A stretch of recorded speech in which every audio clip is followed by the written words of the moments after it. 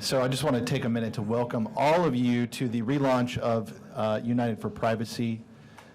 This is going to be a really exciting hour and a half that's going to be very action-packed. I'm Carl Holzhauser. I'm Senior Vice President and Corporate Secretary at TechNet. TechNet represents about 100 tech companies, from some of the smallest startups and those VCs that back them all the way to some of the biggest and most iconic companies on the planet. And we're here today to talk about privacy. But before we talk about the issue we're here to talk about, we need to say some thank yous. For those of you that are part of United for Privacy, as of today, it's 28 different trade associations. You know that TechNet has stepped up to facilitate a lot of this, and there's a lot of team behind the curtain that's getting a lot of that done. Could I have anyone who is a TechNet staff member or consultant please stand, so that we can give you a quick round of applause for all of your hard work for this really great launch event. So Linda Moore over here, hi Linda, our president and CEO, and I had a martini napkin conversation, kind of like Southwest Airlines, about 18 months ago. And I said, you know, when I was at Visa working for years, none of the industries wanted to work together on this issue. Everybody had their own point of view, and we'd get to committee and it would just go. And I said, I think there's a better way. I think we need to get industry united around what they will be united around. And the common thread is that we all believe that the patchwork is not working for businesses, mainly small and medium-sized businesses, and that we need to show Congress that industry will work together to help get privacy done. And that is what launched the idea for United for Privacy. But you know, it was just an idea until 28 partners joined. And I hope that you will take time to read the letter that's in your chair and appreciate the moment that 28 trades that are not alike are here together working for one purpose, which is to show the strength of our unity and strength of our purpose that we've got to get this done. I see a lot of Capitol Hill staff in the room. We're going to have lots of time for you to participate with Q&A. I see Tim in the back. We're so glad that you're here. Chair Kathy McMorris-Rogers, Ranking Member Frank Pallone have a really tough job to do, keeping this whole agreement together while also minding the political environment we're in is no easy task. And so we'll ask after the event for each of you to be active in their offices, to be giving good feedback and helping them get across the goal line. We have a goal of getting a privacy bill through the U.S. House this year, and we think that we can do it. You know, my partner this morning was fussing at me because I had a lot of grays, and that's for a good reason. That's because I've been working on privacy for many years. But you know, it was before I really started in my career in 2000 when the FTC put out their first report that said we needed a national privacy law. It is 2023 and we have not gotten it done. And for the first time, I actually have real hope that we can get there. The engines are really revving on this issue in ways they haven't before, and the key reason is because of the patchwork of state laws that is being built and is complicating small businesses and medium-sized businesses and startups' ability to grow and prosper, having them spend money on legal bills instead of creating jobs and making cool products. And that's got to stop. As of today, there are 13 state privacy laws on the books. 8 of them were done this year. And that patchwork is going to end up being a 50-state patchwork, which is completely untenable. Because if you are a business with an idea, you have to figure out through lawyers how to comply with 50 different regimes. And that is a killer. And all you have to do is look at other places that have done patchwork regimes. Europe is a great example where it has really decreased the number of startups and hurt innovation. And so we're here today with 28 trade associations to relaunch United for Privacy, to inspire you that we can get it done. You're going to hear from small businesses who are seeing this on the front lines. You're going to hear from a panel of incredible senior people from across the trade association community who are going to tell you, based on their industries, what they're seeing. You're going to hear from Congresswoman Susan Delbene. And we want you to take this all in. We'll all be around afterwards to answer questions if you have them, as will all the partners from United for Privacy. You know, as we looked at AI coming into the conversation about 6 months ago, we're reframed about this is about data.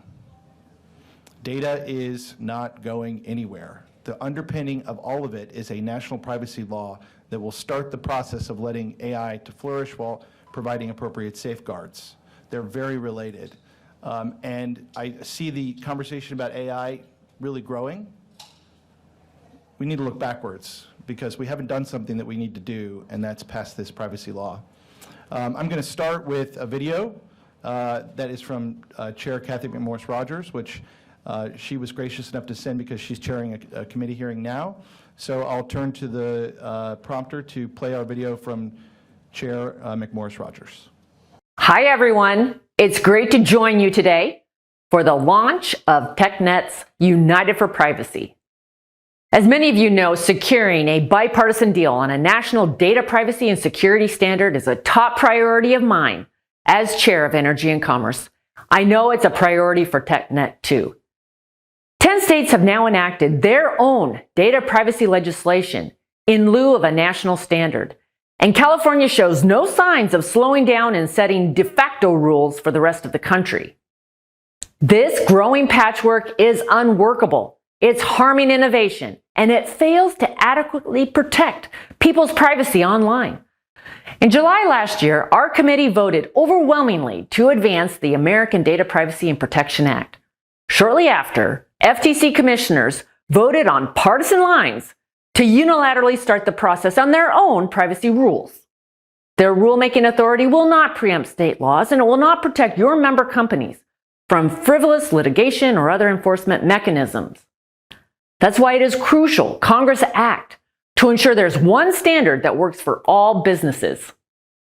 We've learned by big tech companies gaining market share in Europe, large companies can navigate a complicated privacy standard like GDPR or a patchwork of state laws.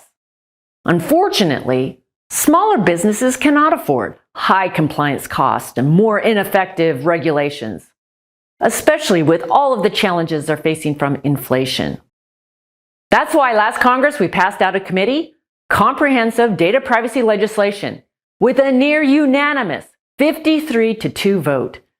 We can build on that effort with legislation this Congress to establish one standard that provides clear rules of the road for business and people alike, no matter where they are.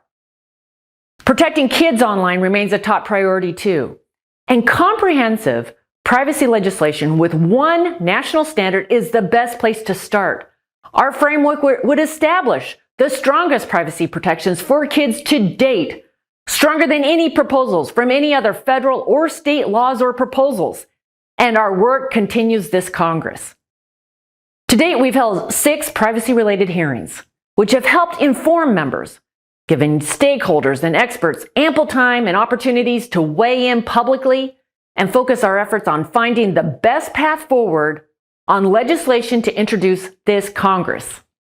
I'm committed to doing everything in my power to reach consensus that protects people and does not compromise American innovation.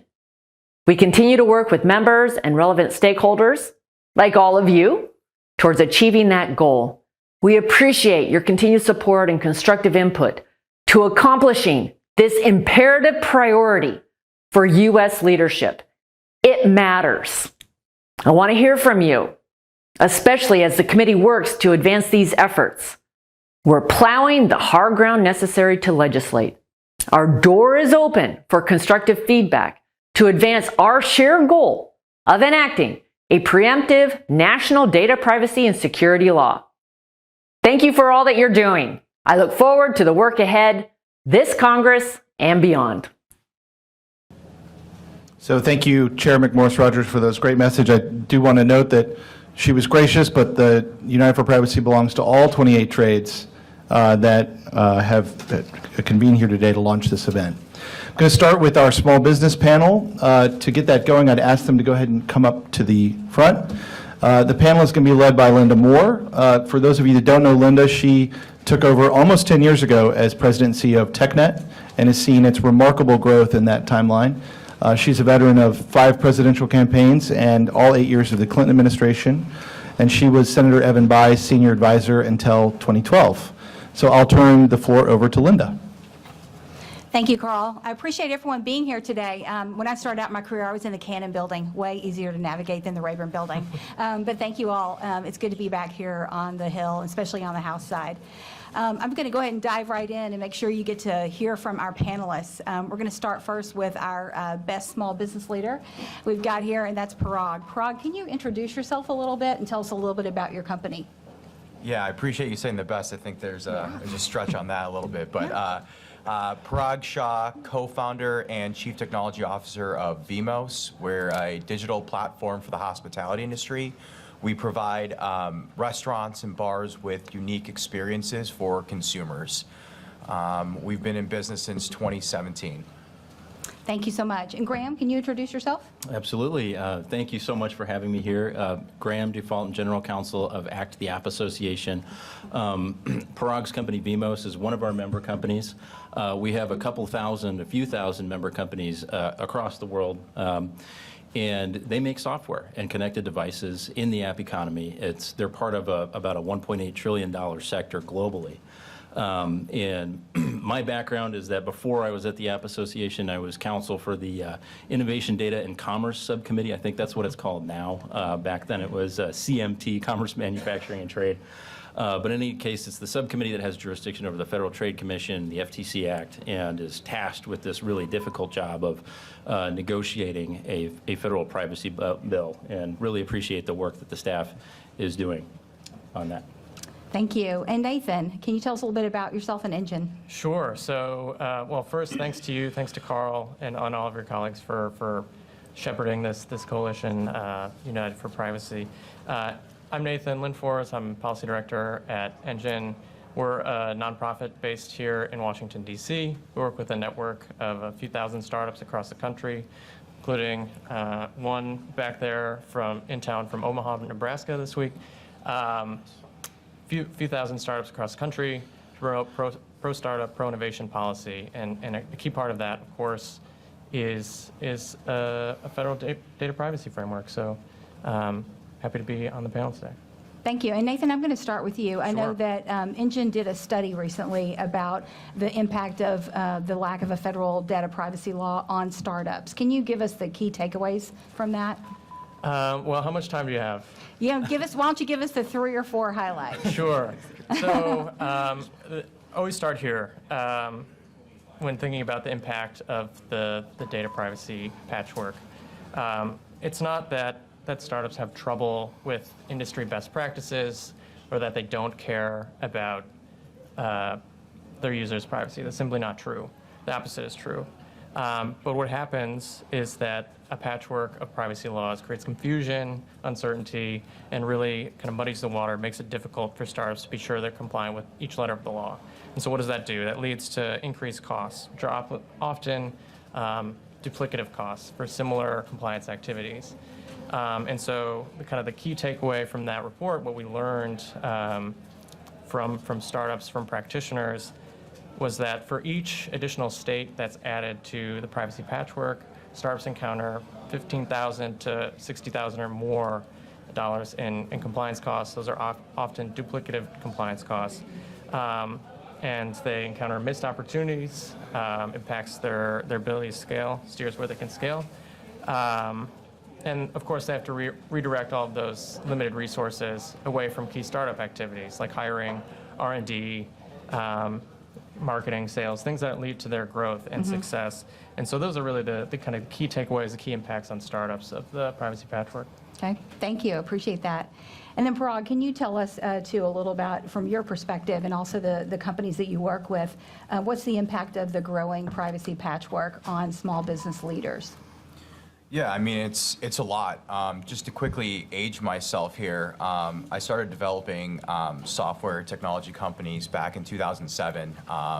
I was one of the co-founders that built a restaurant app that let you order from coffee shops on the BlackBerry operating system. I think many of us still remember that device. So I've been doing this for a long time, and obviously the framework has changed a lot in terms of privacy and data and what that looks like. And as more and more privacy has come forward into fruition, like it is a struggle for a lot of startups to deal with. I'll be the first one to admit that us founders don't go into any business opportunity thinking about the privacy laws. We're solving a problem that we think that the world needs. And then it so happens later on that we realize that there might be some laws that we might be breaking. And the more and more complex that is across state lines, the more difficult it is for us to really understand what we're doing and how we're solving that problem. I also want to make clear, I think that there's a general buzzword of startup. I think startups are very, very broad, right? Startups are your probably, what you see in the movies, the 1 or 2 people in a garage somewhere coding and building something, and it can be, I think that there are some startups that are public now that they still call themselves startups. So there's a really, really broad range out there. And so I think the impact for everyone is really high when you have a lot of privacy. And I think the impact is really high for the consumer as well, right? Because when we as startups have to be a lot more cautious about the next feature, the next growth opportunity, it really impacts the consumer at the end of the day. And it only takes one litigation opportunity by lawyers taking advantage or taking opportunities that we're not aware of that might just end the company because we just don't have a lot of capital to go off of. Thank you for that. I want to ask you a follow-up question, too. So one of the things that as a founder of a company you have to deal with is the attitude of venture capital firms and whether they want to weigh into this sphere that is ever-evolving in terms of possible litigation that would wipe you out. Can you tell us a little bit more about that mentality and what a founder has to go through to attract the kind of investment that you need and also the challenges to scale when the patchwork is growing? Yeah, absolutely. I mean, it's very, very difficult to go out and get significant checks. I think a lot of people start with friends and family, and they sort of move their way up to venture capital if their business has the opportunity to get there. I think I speak for a lot of founders that say that they would have loved their first check a lot earlier in life than they got it. But a lot of the challenge for the venture capital market is that they want to see who's going to succeed, right? There's probably 100 companies at any given time that's working on a similar or the same problem, and they got to figure out who's going to succeed.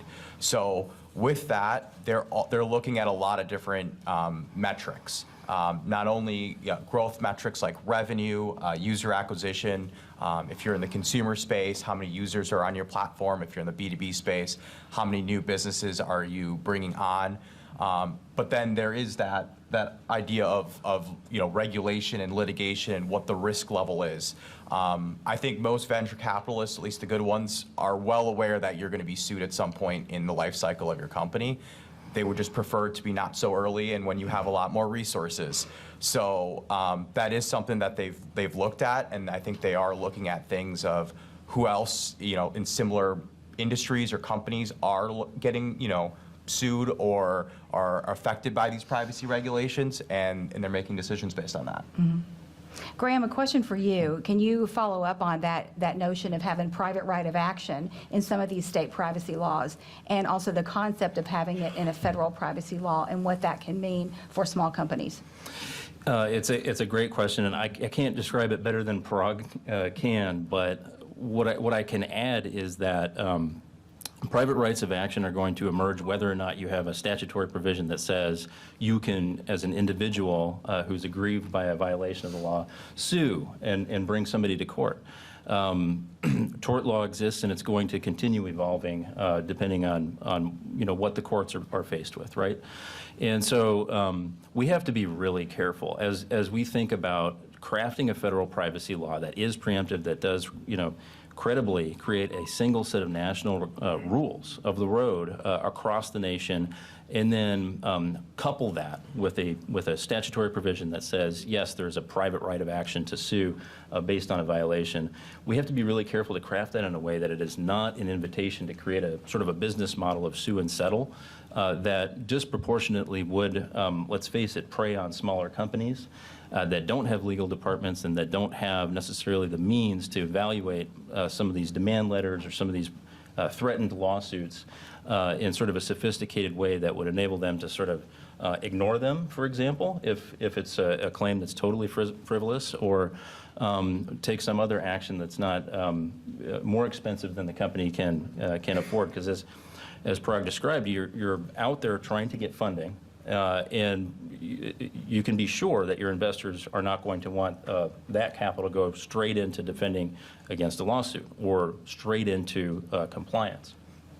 And that is one of the issues with having that patchwork, is that it's also completely unavoidable if you have a bunch of different states going off in different directions and competing with each other to create the strictest or the broadest or the privacy law that can be said to be the best, the gold standard. It's unavoidable that you are going to create compliance costs that don't have commensurate consumer benefits, right? It's going to be compliance for the sake of compliance and compliance costs that do not act as an investment toward consumer protection. And so you couple all of these things together, the private right of action and a failure to sort of set a national standard, and you really do create an environment where it is hard. It's probably even hard to get family investment, friends and family rounds in an environment like that. And so that's what I think I can add to that piece. Thank you. Appreciate that. I also just want to let you guys know that TechNet does 50 state advocacy in addition to a very robust federal program. So if you want any answers on what is going on at the state level specifically, just contact us and we will give you more information. Just on this topic, I want to lay out that the Washington state privacy law does have a private right of action and does incentivize abusive lawsuits against small businesses that would be ill-equipped financially and otherwise to protect themselves against it. And so they're sort of a sitting duck for any attorney who wants to just sue a series of companies to make a bulk of dollars for their law firm. So if you want more information on specific state privacy laws, you can just check with us at TechNet. I want to go back to you, Nathan, too, just to talk a little bit about, and I'll ask this question of the rest of you as well, lessons learned from GDPR and also the California privacy law. One of the things we've talked about here is private right of action, but a very serious issue that was dealt with in GDPR and in the California privacy law was preemption. When GDPR was first conceived, there were other countries in Europe who wanted to do their own privacy laws. And in California, San Francisco and other cities wanted to develop their own privacy laws. But California state legislators and also the folks who developed GDPR were like, oh, no, we're going to have one standard. So if you could just address that from the point of view of Engine and the importance of preemption, and also anything else you want to add to the conversation we've had prior with Parag and with Graham. Sure. So, starting with GDPR, and perhaps this is a little granular, but, kind of thinking about solving, or at least when the Europeans were thinking about solving the kind of the preemption debate and negotiating there, ended up with individual state DPAs, right? And so if you want to think about a U.S. analogy, maybe that's, okay, we can have state AGs as enforcers here as well. And then if you brought in the states, but you still have strong preemption in a uniform framework. So maybe that's a lesson to take away for the policymakers in the room. But much higher level, thinking about impacts of GDPR on startups, is that it was a really stringent and still is looked to as one of the strongest privacy laws in regimes in the world. In the immediate aftermath, many startups, Graham, ACT has good statistics on how many app developers left in the immediate aftermath.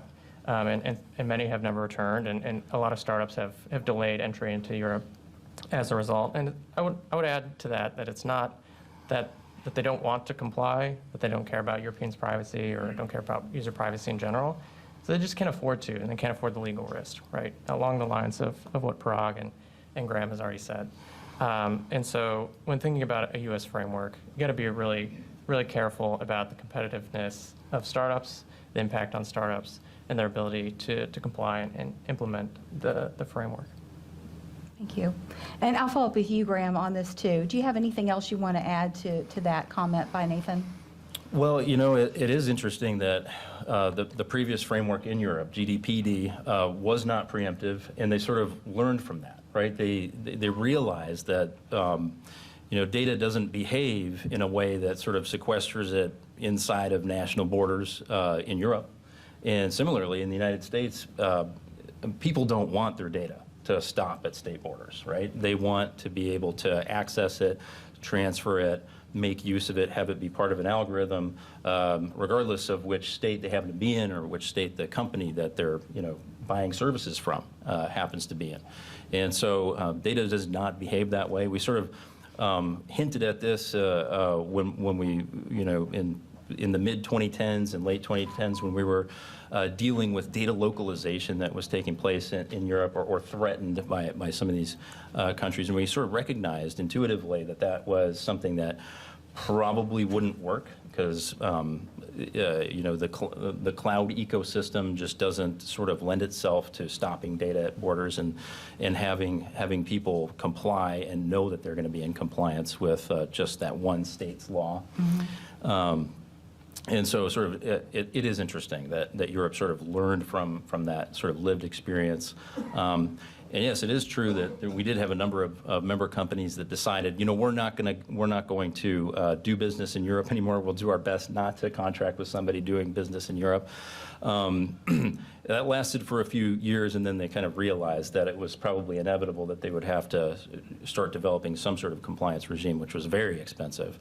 And part of that, and maybe the most expensive part of that, was finding a lawful basis. For example, in GDPR, we don't see a whole lot of proposals here in the United States that say you may not process data unless you have a lawful basis for doing so, fortunately. But that gives people not very much comfort, right, as they're developing a product or service when they're trying to tie it to a lawful basis. You have to have some sophisticated lawyering to be really sure that what you're doing is legal in a context like that. So a couple of observations there on what Europe has done. Thank you. Yeah, just a couple of takeaways from that for me is that, you know, without preemption, Congress would not be passing a national privacy law. They'd just be passing the 51st. So you have to choose. And then the other part of what Nathan said too is that one of the outcomes of GDPR was that the largest companies were given even greater market share because their competitors basically couldn't make the market entrance level on compliance and costs. And I think that that's exactly the opposite effect that policymakers hope to have. You know, giving greater market share to the largest media companies or tech companies or any kind of company is the last thing I think that policymakers are trying to do when they craft privacy law. I wanted to go to you, Parag, to talk a little bit about how a small business owner thinks about the privacy patchwork when you think about how you're going to grow and scale your business, and also how you handle consumers when they travel across state lines, and what that's like and how you navigate that. Very, very difficult to navigate that. I mean, from a purely like software perspective, I think that we sort of forget about that software is very complex, right? And it's sort of like selling a physical product to someone that lives in Texas. And then they take that physical product and they bring it to Wisconsin. And you just assume that physical product would have to like morph itself in some different way automatically, and it'd have to be built to like change based on that. Like, we would all just laugh at that concept of that happening. But that's essentially what software is being asked to do, right? We're asked to track where our users are at all time, which may even be a privacy issue for that matter, and then morph itself and build sort of this immersive feature set to morph itself no matter where that user is. And who knows what's going to break when that user first starts using our product in, you know, California and then works their way to New York. Who knows what's going to happen?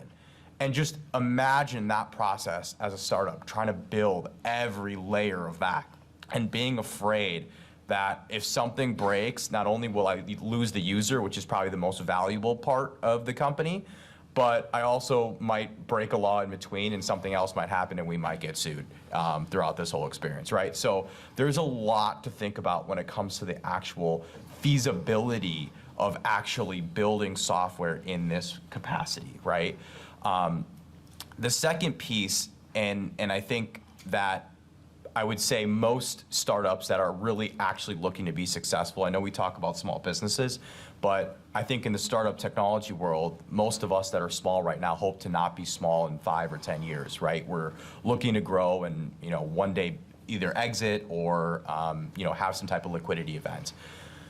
But through that process, we've got to sort of plan for our infrastructure as we sort of keep growing our infrastructure. And if every step of the way we have to think about, oh, what's the privacy law in this state? What's the privacy law in this state?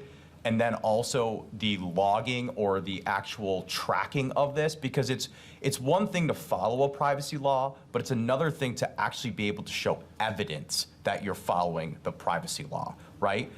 One example I can provide to you is one of the features of our product, we do ID verification for of-age products. It's primarily used in restaurants and bars across the country. We are in all 50 states, and we obviously are scanning driver's licenses and passports to make sure that our customers are in compliance. We follow every state's laws and how long we can store that data, where we store that data. We actually go way above what we are required to from a security and privacy perspective, but there's still a huge risk involved in that. And there's a risk to our customers who trust our product in what that looks like. There is a very much of a gray area between the privacy laws in different states, which creates a lot of problems that overlap, and they even refute each other at times. If someone from California goes to a bar in New York, what happens? How do we do that? New York is telling us one thing, California is telling us another thing. So those are really big issues of how we can scale. And every time we run into one of these issues, we have to spend more time on developing for those issues than we are developing for our end customers, who are really the ones that are benefiting from our products. Thank you. Appreciate that. Graham, I'm going to throw this to you. One of the things I think about, you know, as we relate to, you know, the impact on Parag and other business leaders is, isn't interstate commerce like a federal issue? Like, shouldn't Congress be dealing with this? Because there are some people who are like, oh, who cares? Like, state laws, let them proliferate. Let's have 50 of them, you know, bring it on. But it just seems like, if nothing else, it's a responsibility and jurisdictional issue. Sure, it is one of those things that really does lend itself very well to federal oversight and federal legislation, because it is transfer of data and the use of data and analytics and cloud computing and everything that Parag sort of relies on on the back end is interstate. It is. And it's really hard to unring that bell, and I don't think we want to unring that bell.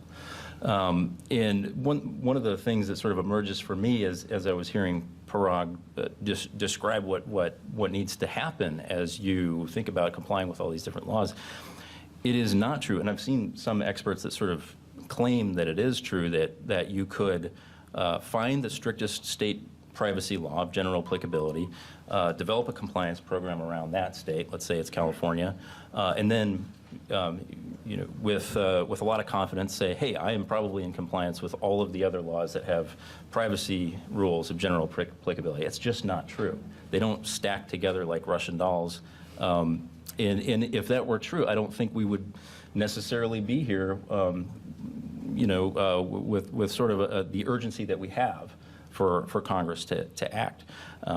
But it just hasn't happened that way. You know, there are a bunch of different examples I could think of, but one that sort of comes to mind is the universal opt-out requirement. So there are a handful of states that have general privacy laws that require any regulated entity to honor a request from a consumer not to sell their data or not to onward transfer their data as a universal matter, right? And so some of these states say, a signal from a device is enough to signal that the customer has said, do not onward transfer my data or do not collect my data. You know, other states don't have the universal opt-out.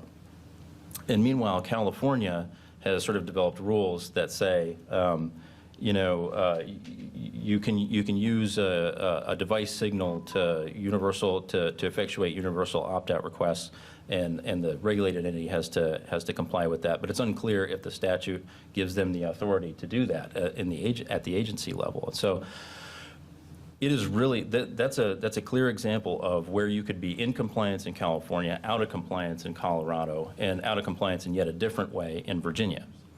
And so you can't just say, this is my California compliance model and it'll work for the rest of the country. And that sort of acts, unfortunately, as a bit of a regressive tax on small business, because even if the compliance cost is roughly the same and they have the same number of users or something like that across different sizes of businesses, obviously the smaller companies don't have the big compliance departments, can't shoulder that burden quite as well. And you will end up in a situation a little bit like Europe, where you have the larger companies, the larger competitors getting larger, while smaller competitors have to deal with shrinking market share. Thank you. Appreciate that. I'm going to give just a final question to everyone, and you can give us your take on the consumer part of this. I mean, obviously, all of us care a lot about the users here and what the impact is on consumers in the companies that you deal with. So, Nathan, let's start with you first, and then also any other just closing thoughts. Sure. So I think, Parag highlighted this at the beginning. Startups create and solve problems that they've identified, usually for niche communities. And so thinking about a startup in our network that is run by Black women she provides financial services for Black women. She's had to delay parts of her product because she simply can't afford, not sure if she's going to be in compliance with a handful of state data privacy laws. She's got like 130,000 Black women on the wait list for this product. Wow. But so that's kind of like what's at stake. Services that those people aren't finding anywhere else if she can't make this a reality. And so you're missing out on a lot of consumers, missing out on a lot of solutions from startups as a result of the privacy patchwork. I'm sure that my fellow panelists will also highlight, you don't want to, at least me as a consumer, I don't want to have to navigate, figure out where I can assert rights and how to do that. And so, and I'm from a state that doesn't have a privacy law, so I guess I don't have any, right? So, There are many FTC Acts. Right. Yeah. Exactly. So those are some of the kind of consumer impacts and the intersection with startups here, and the real reason that we need a federal data privacy framework, because it shouldn't matter where a startup's user is or from a consumer perspective where you live. Mm-hmm. Got it. Thank you. And Graham? Well, from a consumer's perspective, privacy is very, it's subjective, and it's also very context dependent. Your feeling about privacy is going to evolve, and it's going to shift a little bit depending on the service you're accessing and depending on where you are in life and the kind of information that's being collected. And all of that means that privacy practices and the communication that sort of underlies the concept of privacy between the company and the consumer has to be flexible. It has to be dynamic. And I think a market-driven approach to that is, from our member company's perspective, and I think Parag would agree, is probably the best approach, where companies are competing with each other, and small companies have sort of a comparative advantage in this, but as nimble operators, they can, they can test privacy, features pretty quickly, and as Parag said, he goes above and beyond because trust is so important to smaller companies. Contrast that with a situation where you have state legislatures sort of competing with each other to sort of pull and push what privacy needs to look like. Universal opt-out is an interesting example of that, because if anybody has the Apple phone and they have the ability to, the little radio button that says "Don't track me across apps," right? That's something that a software engineer designed. It works pretty well on the device, but I don't know how it fits with how states have designed their universal opt-out frameworks, and so. And in some states, it might actually be illegal to sort of provide it in that way.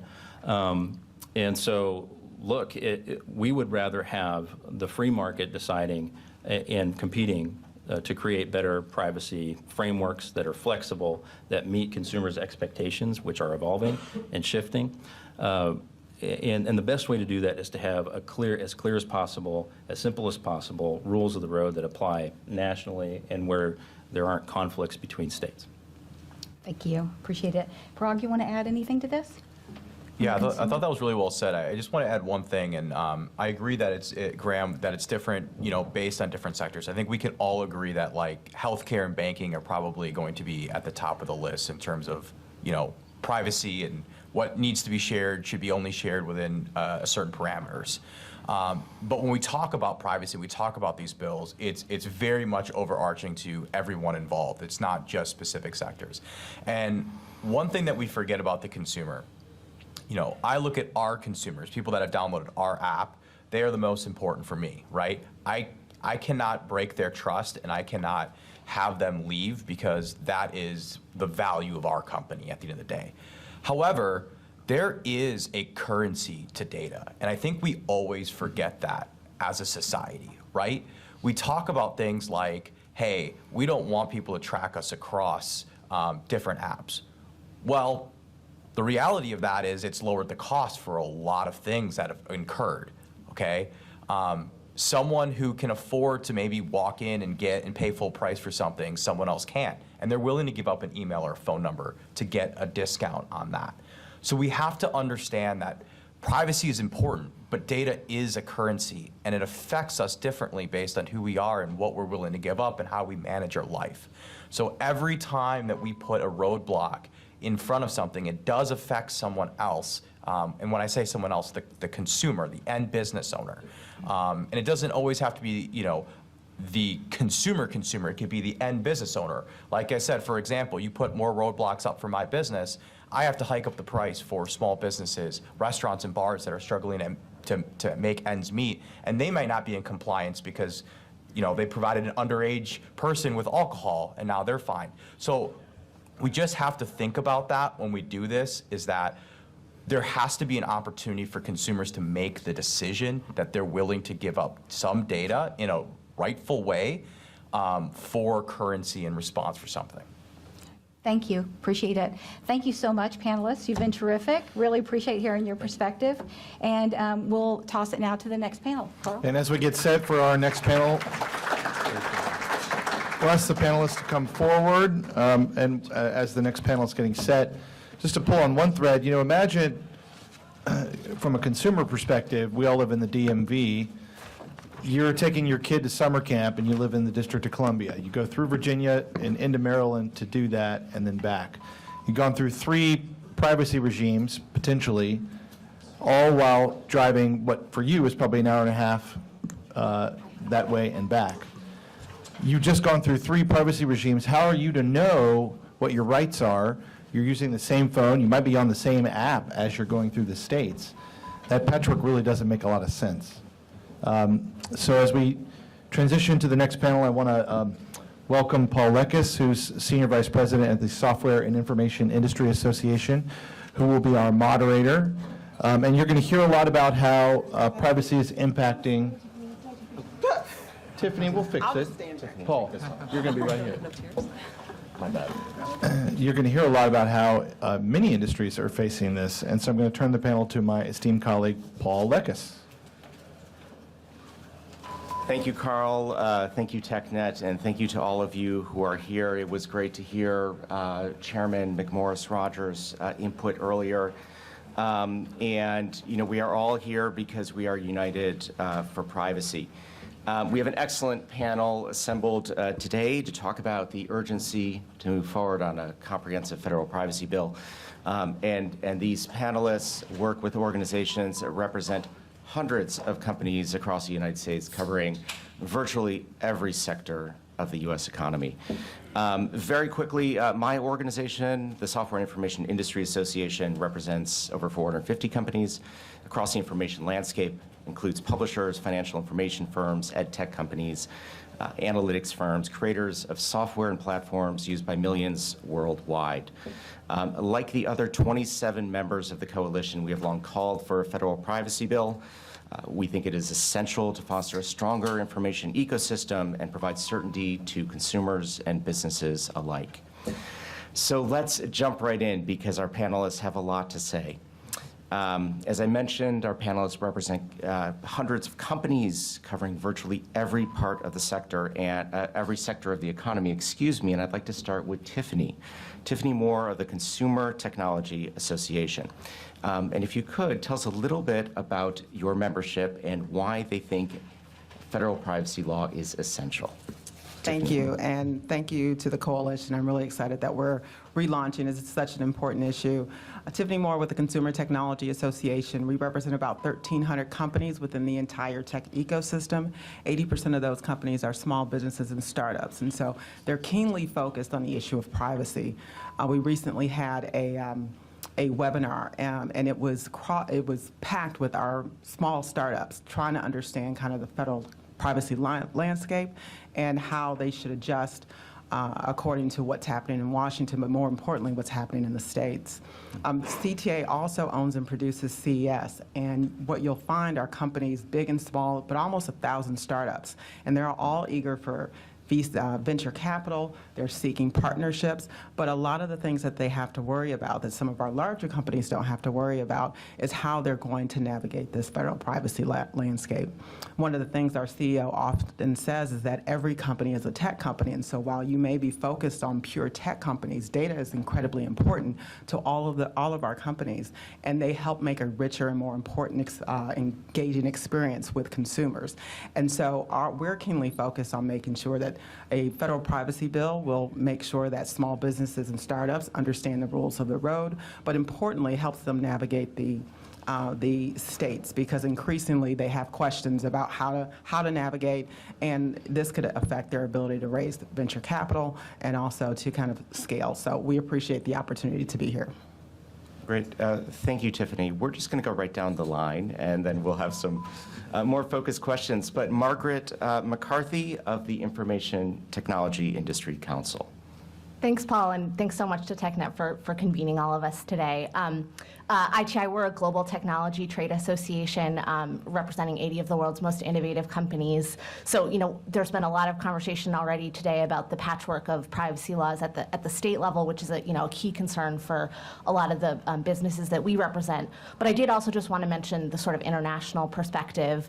So, ITI, we engage with policymakers in markets around the world, and our member companies are all operating not only in the U.S. but in countries across the globe. And the lack of a U.S. privacy law is, a real challenge, and it's a real opportunity for the U.S. to sort of reassert our kind of global leadership in this space, and really demonstrate that there's an alternative. We heard some of the challenges with GDPR talked about by the last panel, but really showing that there is a more innovation-friendly alternative is a very important counterweight that the U.S. needs to provide. Thank you, Margaret. Next, Lartiz Tiffith. Great. Thank you, Paul. Appreciate that.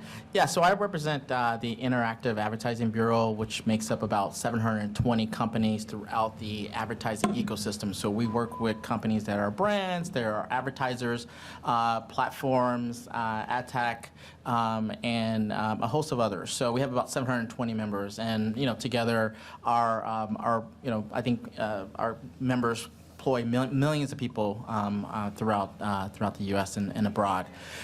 So for us, why this is important is this is important for businesses in general, because the patchwork is such a burden on them. Businesses would prefer to spend their time and resources on building products and services that delight their customers rather than trying to figure out how they're going to manage the patchwork. And I think that for consumers, this is important too, for the customers to not have to deal with the patchwork. I think that we are in a position to do both, have a pro-consumer privacy law, but at the same time have something that's going to be beneficial to businesses. It's not going to be disruptive. It's not going to be something that's going to be burdensome. For us, we represent, like I said, companies across the spectrum. We have small companies, medium-sized companies, large companies, things like that. And we all want them to be successful. We want the ability to have competition. But we realize that as you create this patchwork, what you're doing is putting up guardrails. And that means that for the bigger companies that are already established, they already have access to first-party data and access to data in general. It's really the newer startups and smaller companies that are trying to grow that we want to make sure that they have the same ability to compete. And if we start putting up roadmaps and guardrails, that basically makes it very hard and challenging. So that's why we're here, and we really appreciate everyone for being here together, and for TechNet for convening this group. So thank you very much. Great. Thank you so much, Lartice. To Jordan Crenshaw of the Technology Engagement Center of the U.S. Chamber of Commerce. Oh, thanks, Paul. I'm Jordan Crenshaw, Senior Vice President of CTEC. As part of my day job, I also lead a 300-member working group devoted to data privacy. And back in 2018, we actually released model privacy legislation. We believe privacy legislation that is preemptive and that ends a patchwork is fundamentally important to the U.S. economy. But as part of this conversation, it's important to understand where the current state of play is and what could go wrong. And currently, right now, with the exception of California, we've actually seen 12 states pass privacy legislation that all tends to go around the Virginia model of privacy legislation. What's the unifying theme there? No private right of action. And that's been passed in blue, purple, and red states throughout the country. Now, here's what could go wrong, though, is that California has very broad rulemaking authority under its privacy law that it could fundamentally change parts of its requirements for companies. Washington State, as was mentioned by Linda earlier, has a bill that fundamentally could act like a comprehensive bill, but it's been pretty much modeled and named a health privacy bill or law that has a very robust private right of action for opt-in, which could be used against companies in a frivolous manner. And then finally, we've seen other states propose legislation, New York, Illinois, Massachusetts, and others that are looking at and putting in place private rights of action. In addition to having states that have different baseline requirements, the problem is if states start passing private rights of action, not only do we get a state-to-state patchwork, but we get a district-to-district patchwork of privacy requirements throughout the country. And that's why it's so fundamental, even though we've seen some not perfect but workable bills in places like Virginia, Texas, and Colorado, that we need to make sure that we get a national standard now to prevent private rights of action in other states from going out of control. Thank you, Jordan. And now to Amy Short of the Business Roundtable. Thanks, Paul. Business Roundtable is an association of more than 200 CEOs of America's leading companies, representing every sector of the U.S. economy, supporting 1 in 4 American jobs and almost a quarter of U.S. GDP. Data is essential to our economy, as you've heard today, and that's why our member companies care so deeply about data privacy. Every day, our companies rely on data and data-driven processes and solutions to deliver and improve and market innovative products and services across the United States and around the world. For example, in healthcare, analysis of personal data can propel prevention and diagnoses of health conditions and accelerate the development of medical technologies, allowing rapid advances in general medical knowledge and saving patient lives.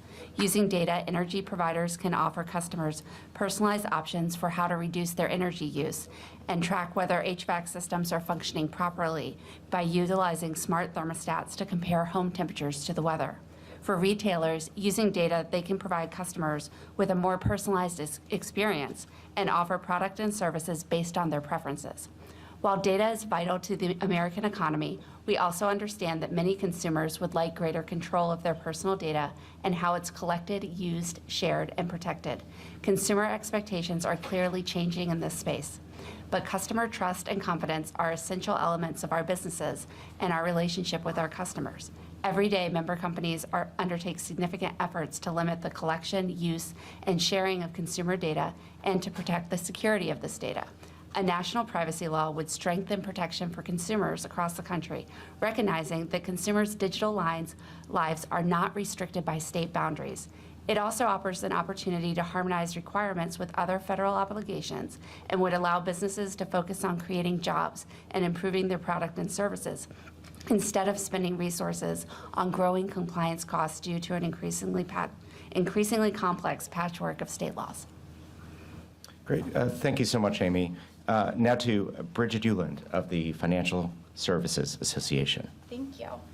The American Financial Services Association represents members who provide many different types of credit to American consumers, including traditional installment lending, direct and indirect vehicle finance, payment cards, mortgages, and credit for non-vehicle retail customers. So we span everybody. As we've heard, inconsistent state laws regarding data security for businesses that operate across state lines, such as our AFSA members, have resulted in an uneven consumer protection, and that's something that we really want to address. Many of our member companies operate in many different states, and these states have or will have, by the end of the year, variable requirements for consumer data privacy. For the financial services industry specifically, this is further complicated by national federal legislation that already provides for strong consumer data protections. On a regular basis, on a consumer level, financial services firms deal with large amounts of personal and confidential information, and they have strict practices and policies in place to protect this information. However, as each new state law is passed, companies have to spend more time and money reconciling the new provisions with standards that are already in place. Because the financial services realm is so affects interstate commerce, we look to Congress to adopt a national risk-based standard, and we so appreciate the work that you all have done here today. Thank you so much. Over to Tara Hairston of the Alliance for Automotive Innovation. Thank you, Paul, and thank you to TechNet and all the partners in the United for Privacy. Really appreciate it. So my name is Tara Hairston. I am the Senior Director for Technology, Innovation, and Mobility Policy at the Alliance for Automotive Innovation. I know that's a lot of words. We go by Auto Innovators for short. We're the trade association that represents the automakers that make nearly 98% of the light-duty trucks and cars that are sold in the U.S. We also represent suppliers, battery makers, AV startups, and other technology companies that participate in the automotive ecosystem. And why are we a part of the coalition? Why do we care about privacy? Well, it's not just because we have companies that do business across the U.S. and, looking at it from a corporate or enterprise compliance perspective. It's also because of the products that our companies make. Vehicles. Those vehicles are generating a lot of data, they cross state lines, and so all the arguments you heard about the difficulty of kind of cabining where your privacy protections are in place is an issue that relates to the vehicles as they generate data. And I think it also raises some of the earlier comments about the importance of context, because there is obviously a natural question as to why are the vehicles generating data? What is the purpose? And it's not to track you and to find out where you're going, it's to have sensors that can identify if there's a safety issue that's emerging with your vehicle, whether that might result in a recall campaign. And so that information is very closely tied to the vehicle that's generating it. It also helps with the technological development and innovation in the industry. You all may be hearing from us about autonomous vehicles and the cool new things that are coming into the world. Well, a lot of that is being driven by the data that the vehicles are able to generate, because that data informs the development of those technologies, such as artificial intelligence, as an input into autonomous vehicles. So that's why we care about privacy, why we think there needs to be a national standard, and we really are appreciative of everyone attending today, everyone being here, and TechNet for convening us today, and Paul for moderating. Well, thank you so much. So we do have more time, which is great, because I know that our panel has a lot to say. I do think there's some themes that are coming out, for sure. Obviously there's a patchwork of state laws that's only going to grow. The need for harmonized federal privacy laws that cover the entire nation are important for businesses and for consumers. Though all of our organizations represent businesses, I think we all have consumers in mind as well, because it is consumers that drive the need for what our businesses, our business members actually do. And we heard a lot in the prior panel and also across this panel about the unique compliance costs and challenges for small and medium-sized businesses. And Tiffany, if I can go to you, you represent well over 1,000 companies. Many of them are small, medium-sized businesses. And if you could elaborate a little bit more on, why we really need a federal privacy law, what some of your concerns might be about about some of the key provisions that are being debated right now. So I think, as I mentioned, we have kind of the most wonderful, amazing, huge, beautiful, big tech companies, but again, 80% of our companies are small business and startups. And if you think of an entrepreneur and she's just starting her business, she doesn't have a, chief privacy officer, she may not have an HR officer, and she certainly may not have legal counsel, but if we don't get this right, she'll spend more money on legal counsel and try to get things right. Now, let's be clear, our startups want to do everything right, but when you're trying to deal with 8 or 9 or 10 different states, particularly when it comes to either compliance or possible litigation, it makes it very difficult to focus and build a product.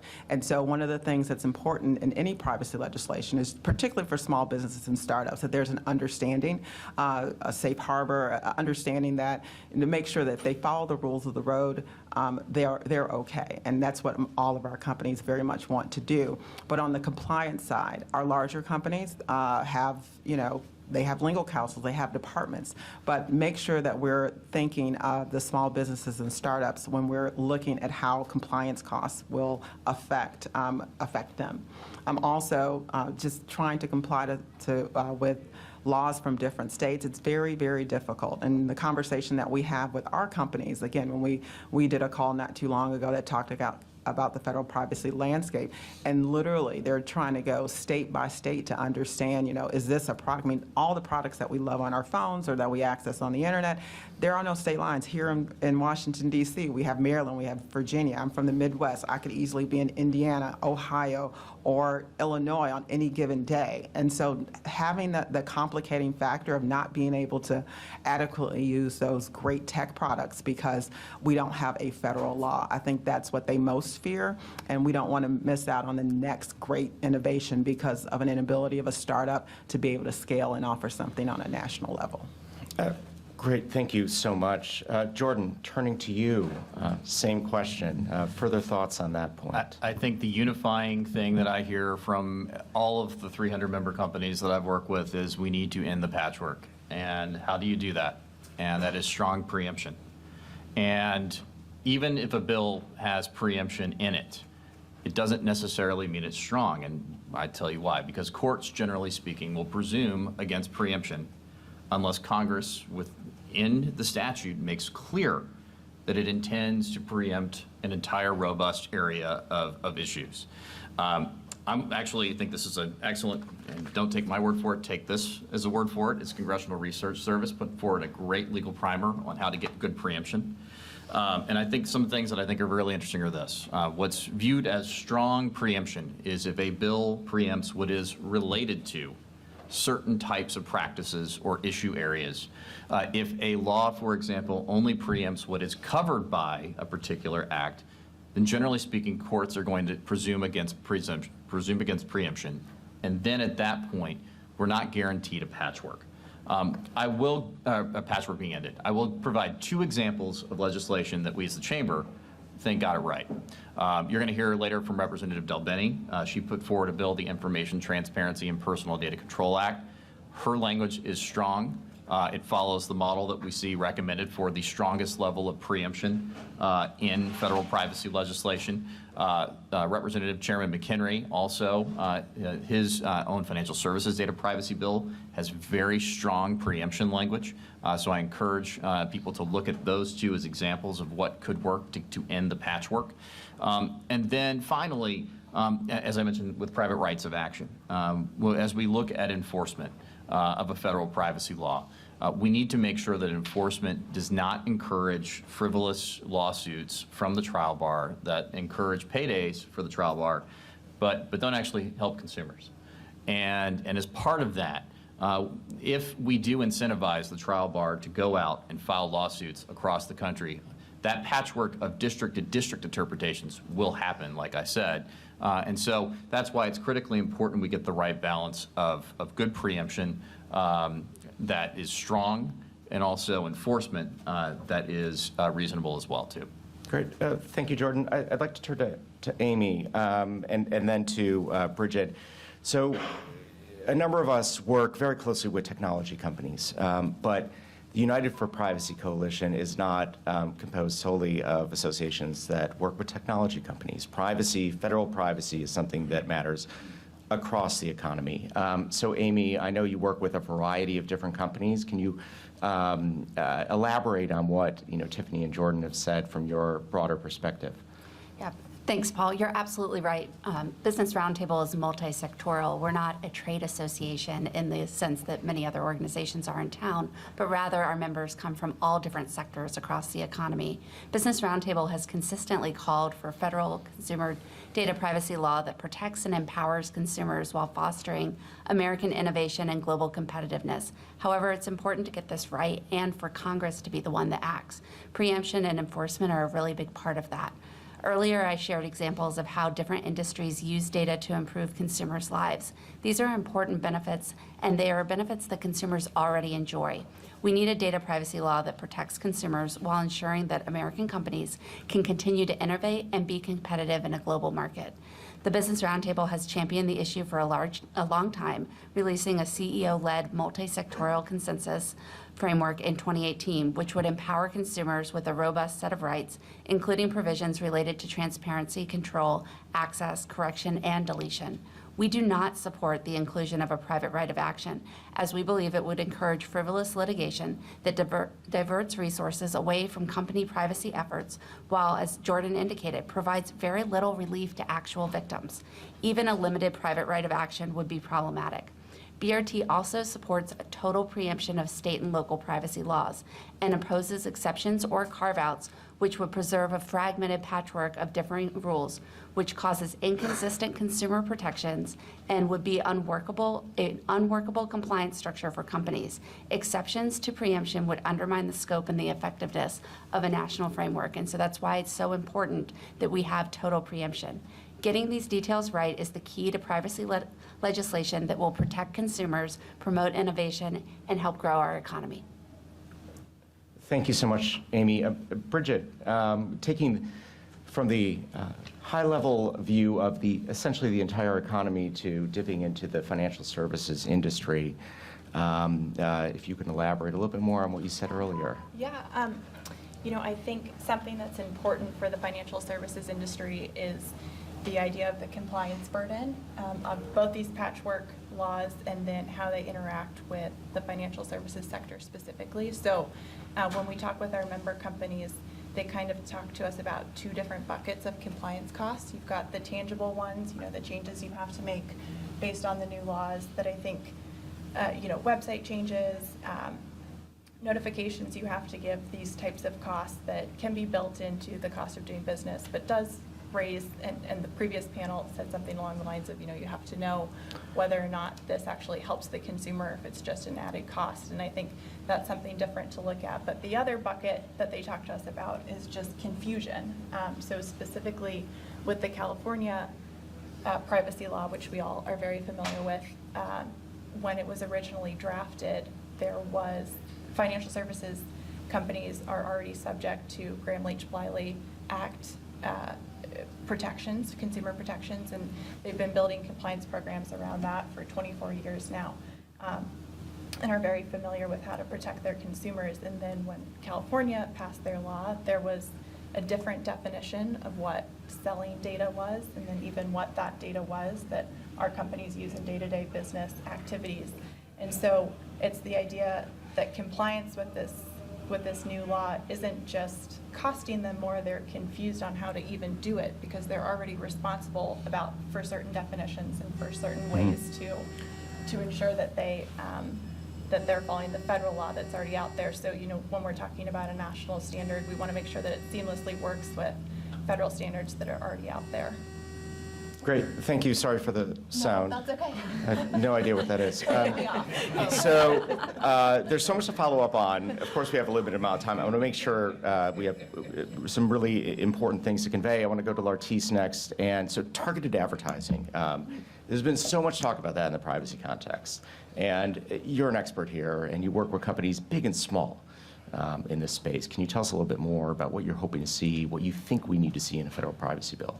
Yeah, I mean, so I think around targeted advertising, so we have concerns about some of the proposals, especially the most recent proposal. I won't name it, but we're all familiar with it, because it restricts targeted advertising and it essentially makes it bans it. This is a problem for us because, essentially for digital advertising, for businesses, being able to provide personalized advertising is so important. If you remove personalized advertising, what you get, and what we'll probably get back to, is just billboard ads. And no one wants that. They're not productive and efficient or effective for people who want to advertise and find customers. They're not effective.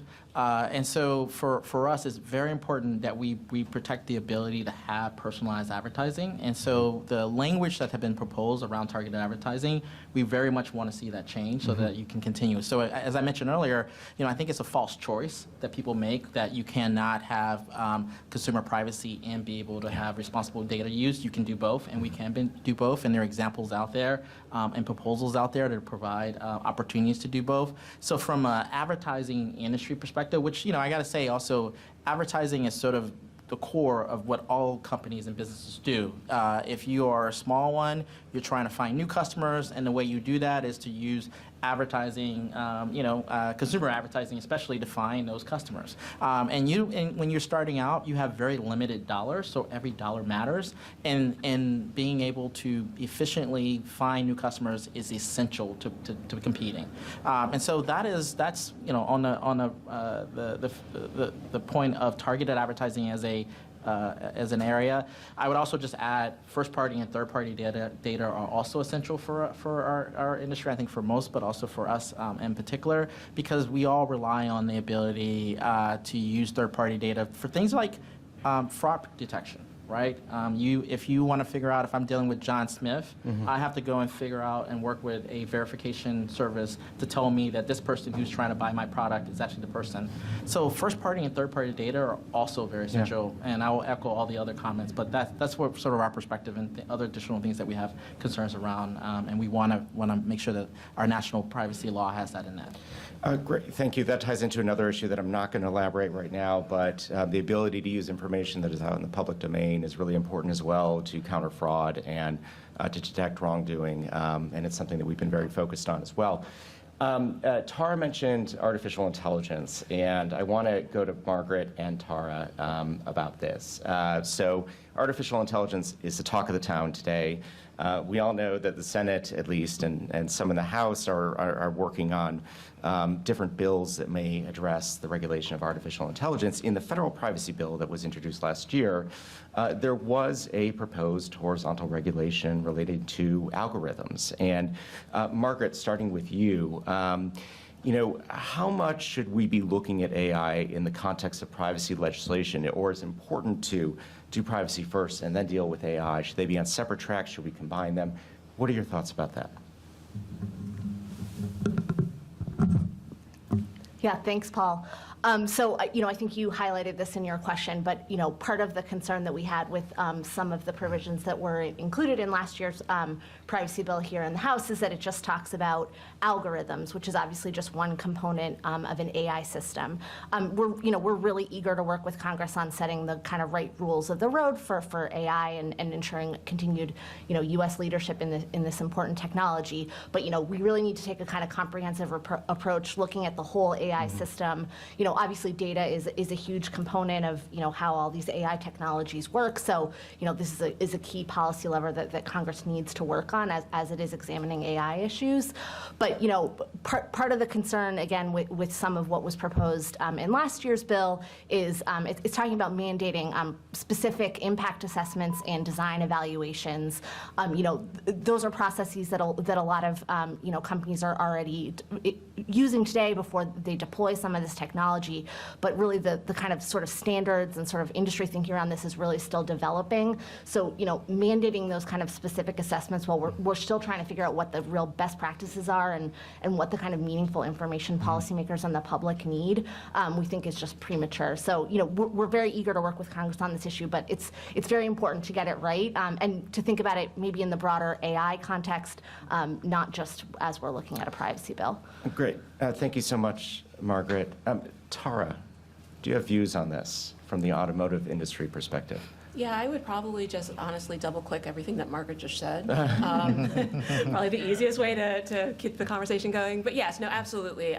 You know, AI is used as an input into a lot of different systems as it relates to automotive. I've mentioned autonomous, but also even in the electrification space. So, and obviously in the context of connectivity. So we definitely are focusing primarily on the need to get it right and to really look at how the different components in terms of how we're approaching privacy are being considered. You know, we've seen in some of the draft regulations or the regulatory conversation that's happening in California, the discussion around automated decision making, and as Margaret mentioned, impact assessments and things of that nature. And we really do believe that this is something that needs to continue to evolve and really for those industry best practices and voluntary best practices to emerge, so that we don't necessarily think that we need to be mandating in this particular space at this time, because we haven't gotten it right on privacy. So if we're not there on privacy, then we really think that AI needs to not necessarily be on a separate track, because obviously AI informs a lot of this discussion, but it needs to be very carefully considered as we look and work forward on the privacy legislation. Great. Thank you so much, Tara. I think we're about at time. I want to thank all of our panelists. This has been extraordinary. I wish we had another hour to talk about everything. There's a lot of alignment across our sectors, across our organizations, our membership, on the need for a single comprehensive privacy bill. There's an urgency for this. It is a priority, something that we want to get done today. So thank you again to everybody and to the entire coalition and to TechNet for hosting, and I will turn it back to Carl.